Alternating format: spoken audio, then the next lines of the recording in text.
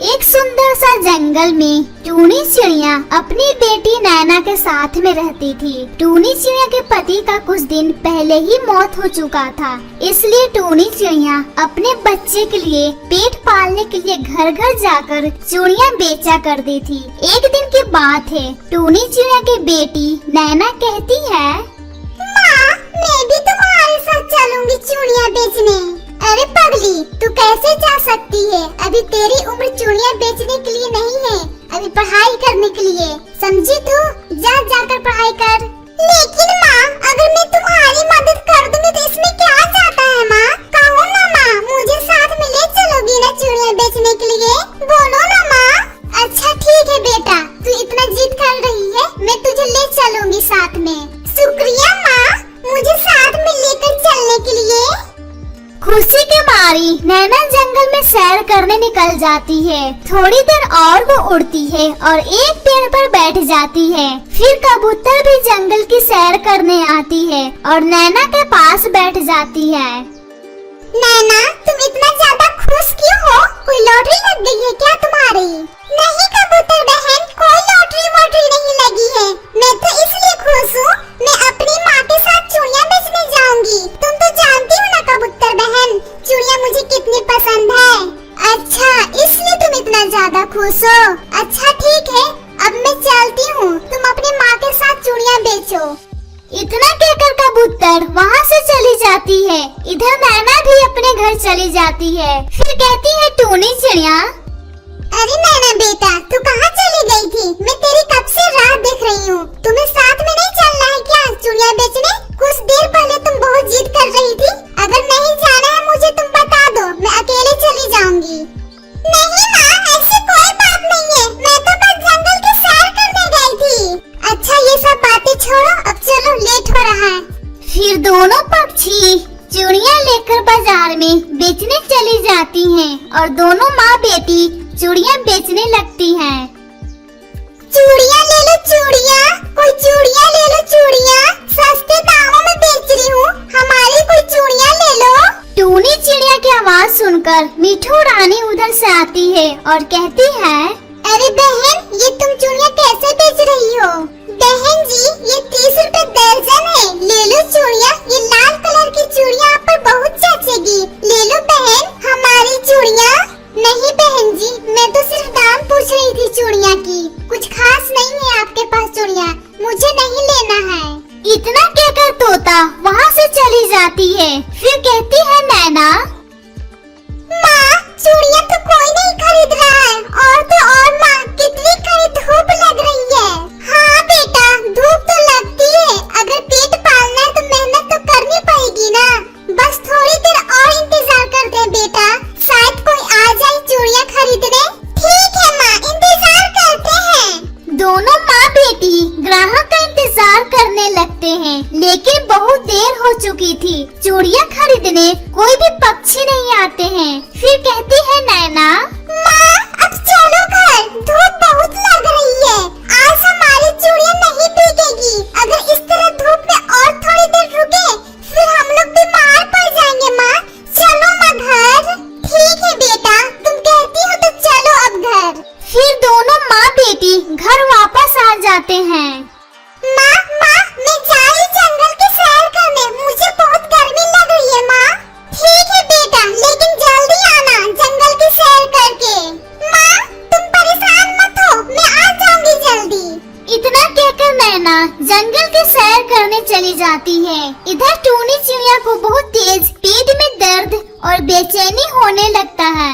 टूनी चिड़िया तड़प तड़प कर अपनी जान दे देती है। इधर नैना एक पेड़ पर बैठकर ठंडी ठंडी हवाएं ले रही थी। वाह, कितना अच्छा लग रहा है, इस जंगल में ठंडी ठंडी हवाएं भी चल रही हैं। अरे हाँ, याद आया, घर भी तो जाना होगा, माँ मेरी इंतजार करती होगी। अगर थोड़ी देर और लेट हो गई, माँ मुझे बहुत डांटेगी। अब मुझे चलना चाहिए घर। इतना कहकर नैना तेजी से उड़कर अपने घर पहुंच जाती है। वो देखती है उसकी माँ अब जिंदा नहीं रही। अपनी माँ को देखकर नैना रोने लगती है।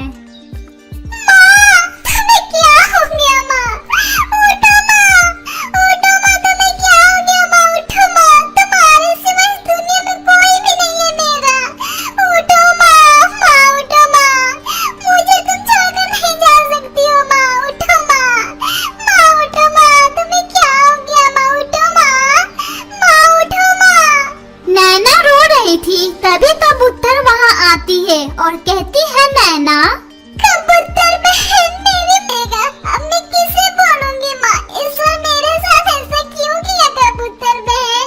मत रो मेरी बहन, मैं तुम्हें हर दुख सुख में साथ दूंगी और मैं तुझे ढेर सारा प्यार दूंगी। चलो यहाँ से मेरे घर, अब तुम मेरे साथ रहोगी। चलो यहाँ से बहन। फिर कबूतर के साथ नैना चली जाती है और खुशी खुशी से रहने लगती है। टूनी टुनटुनी से बिल्कुल भी प्यार नहीं करती थी क्योंकि उसकी सौतेली बेटी थी। अरे करमजली, इतनी देर लगती है पानी भरने में? अभी कपड़े भी धोने हैं और बर्तन भी मांजने हैं, वो सब कौन करेगा? माँ, मैं अभी सारे काम कर देती हूँ। तभी टूनी का बेटा वहाँ आता है।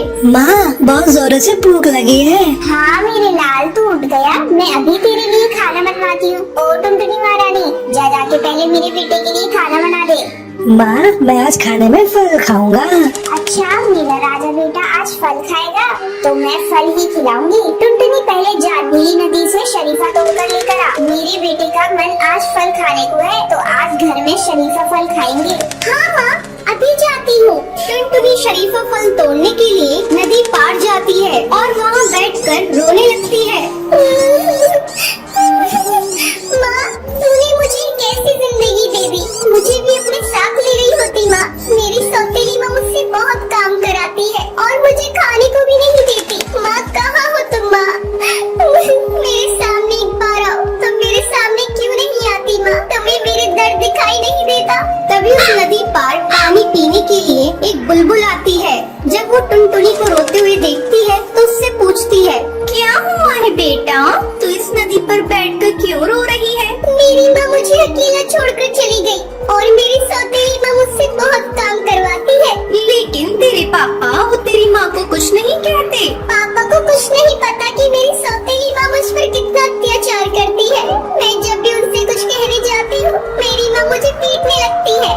बेटा तू चल मेरे साथ, मैं तुझे अपने पास रखूंगी और तुझे एक माँ का प्यार दूंगी। तू चलेगी ना मेरे साथ? वो बुलबुल टुनटुनी चिड़िया को अपने घर ले जाती है। काफी देर तक जब टुनटुनी घर नहीं लौटती, पता नहीं ये लड़की कहाँ जाकर मर गई, अभी तक घर नहीं आई। लगता है शरीफा तोड़ते समय नदी में डूबकर मर गई होगी। अच्छा ये हुआ इस लड़की से मेरा पीछा छूटा। बंटी पूछेगा तो मैं कोई न कोई बहाना बना दूंगी।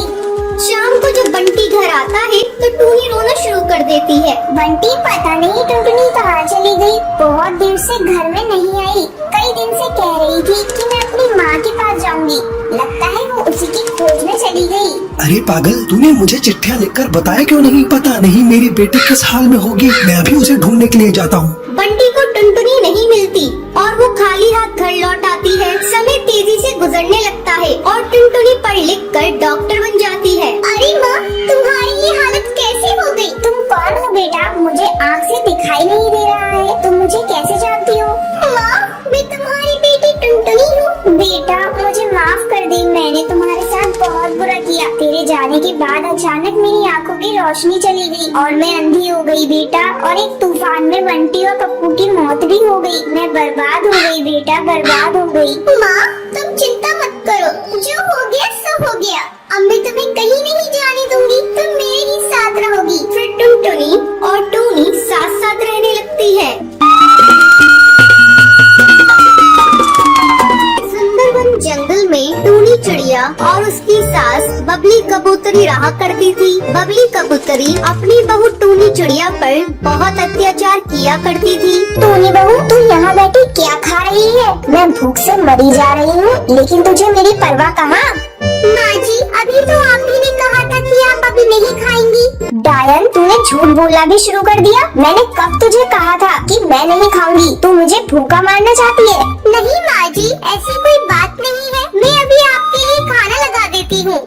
इसी तरह बबली कबूतरी छोटी छोटी बात पर टूनी चिड़िया को कुछ न कुछ सुना दिया करती थी। एक दिन टूनी चिड़िया आकर बबली कबूतरी को बताती है, माँ जी, मैं माँ बनने वाली हूँ। तो क्या हुआ? तू माँ बनने वाली है ऐसे आकर बता रही है जैसे तू अमीर बनने वाली है। सभी चिड़िया माँ बनती है, इसमें नई बात कौन सी है? जा जाकर अब काम कर, तेरे मायके से नौकरानी नहीं आने वाली।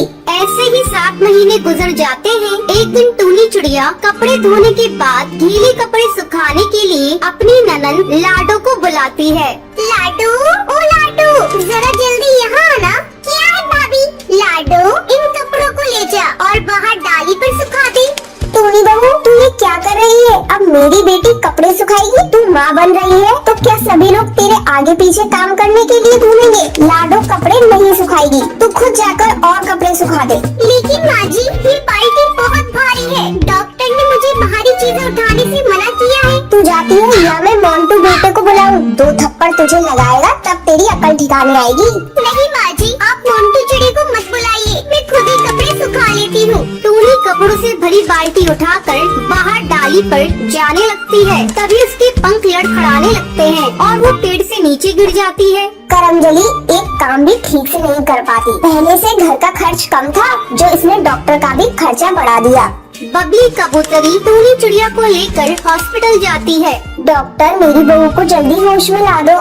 माँ जी, आपकी बहू की हालत बहुत सीरियस है। आखिर ये बेहोश कैसे हो गई? क्या बताऊं डॉक्टर, खड़ी थी तभी उसको चक्कर आ गए और गिर गई। डॉक्टर, इसे जल्दी होश में ला दो, घर का सारा काम पड़ा हुआ है। अरे आप कैसी सास है? आपकी बहू जिंदगी और मौत से जूझ रही है और आपको अपने घर के काम की पड़ी है। अब आपकी बहू को इस हॉस्पिटल में 2 दिन तक रखा जाएगा। डॉक्टर, ऐसा नहीं हो सकता, तुम मेरी बहू को बस होश में ला दो, मैं उसे जल्दी घर लेकर जाऊंगी।